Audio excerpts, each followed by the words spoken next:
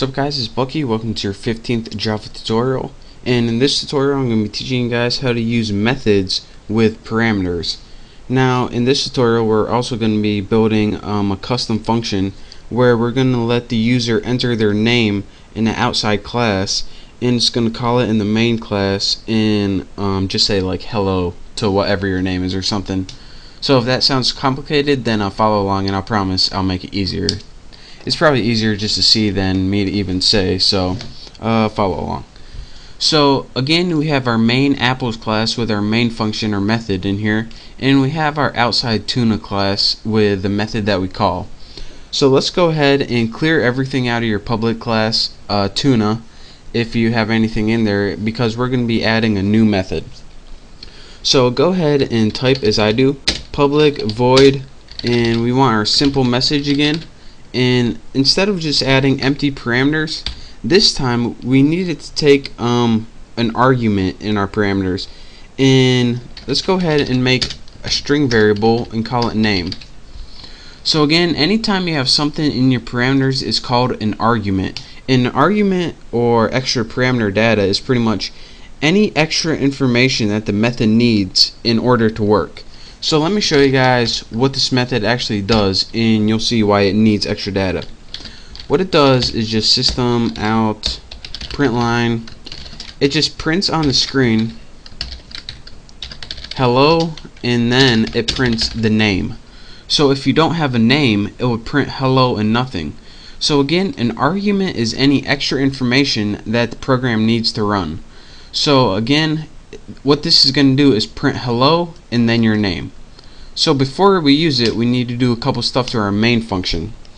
Of course, to enter our name, we need to import the scanner, or else we have no way of importing data to Java. So go ahead and import java.util.scanner, and this is going to allow us to use a scanner so we can give information to our program. Next, we need to make a scanner object, so let's go ahead, scanner, name it input, new scanner, and I believe that I taught you guys how to do this in the last tutorial, so you should know what I'm doing. System in, and that's that for that line. That makes that we can use the scanner. Next, go ahead and do what we did last time and create a tuna object so we can use this object to get the information from the tuna class. We just need that empty parameters. Next, let's go ahead and print system out print line, spell it right, and we just want to write a prompt to the user so it knows what to do. Enter your name here. So this is pretty much the only thing that's going to go on right now. We now have text on the screen that says enter your name here. Now we need the next thing they enter to be stored in the variable name. So let's go ahead and make string name, so the variable name is equal to input next line. And I told you guys how to input integers using the scanners. Anytime you want to input a string, you use this next line method. So again, anything that the user enters is going to be stored in the variable name.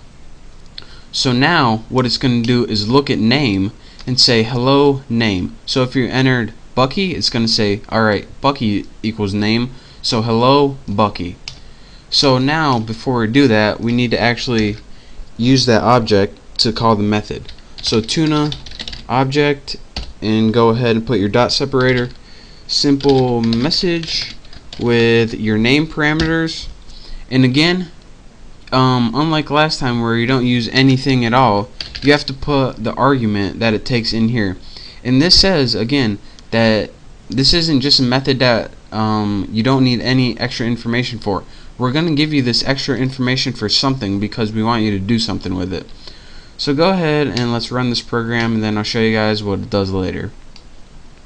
Enter your name here, Bucky Roberts, and then it says hello Bucky Roberts.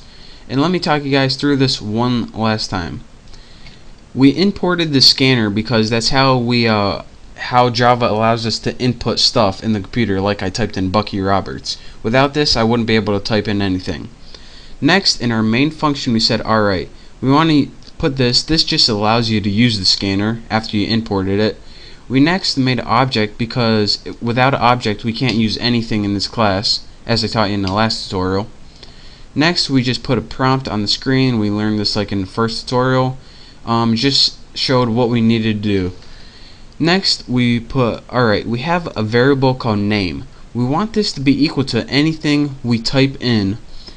And that's so if you have different users that are using this program, it doesn't just type the same message.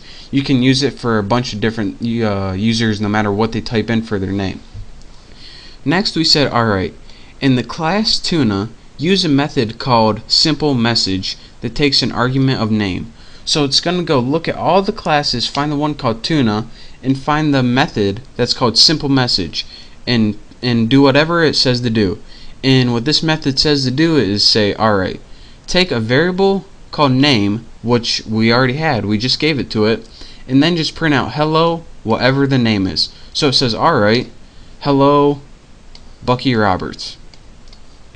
So that is how you use a method with a parameter, and that's what parameters do. It's just an extra bit of information that you might need to run a program. So again, that's your quick tutorial on how to use methods with parameters in a different class. So thank you guys for watching, and don't forget to subscribe to my channel for all my latest videos, and also check out my contests.